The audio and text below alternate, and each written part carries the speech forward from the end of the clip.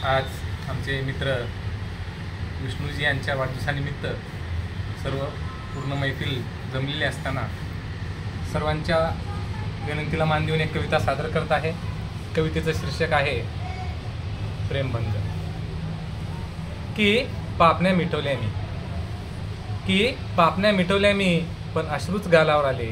गोंजळ प्रेमाची भरताना मन मात्र घायाळ झाले। भिडली नजर जागला होता विचार दोघांच्या मनात कळा प्रेमाच्या उठल्या होत्या तिला पाहून क्षण। आठवणी मन जळताना तू हळूच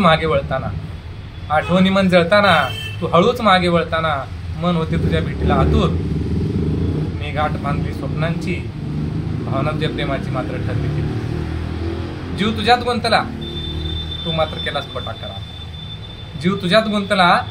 केलास खोटा करार आणि प्रेमाच्या कचेरीत मला कैद करून स्वतः मात्र झालीच फरार।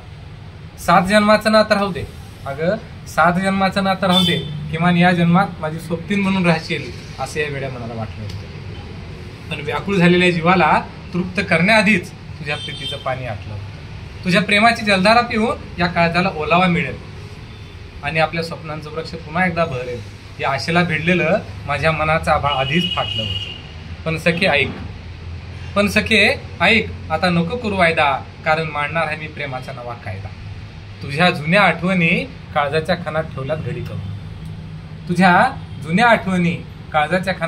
ठेवल्यात घडी करून किमान एक तरी झलक तुला पाहत जाईल रोज दुरून।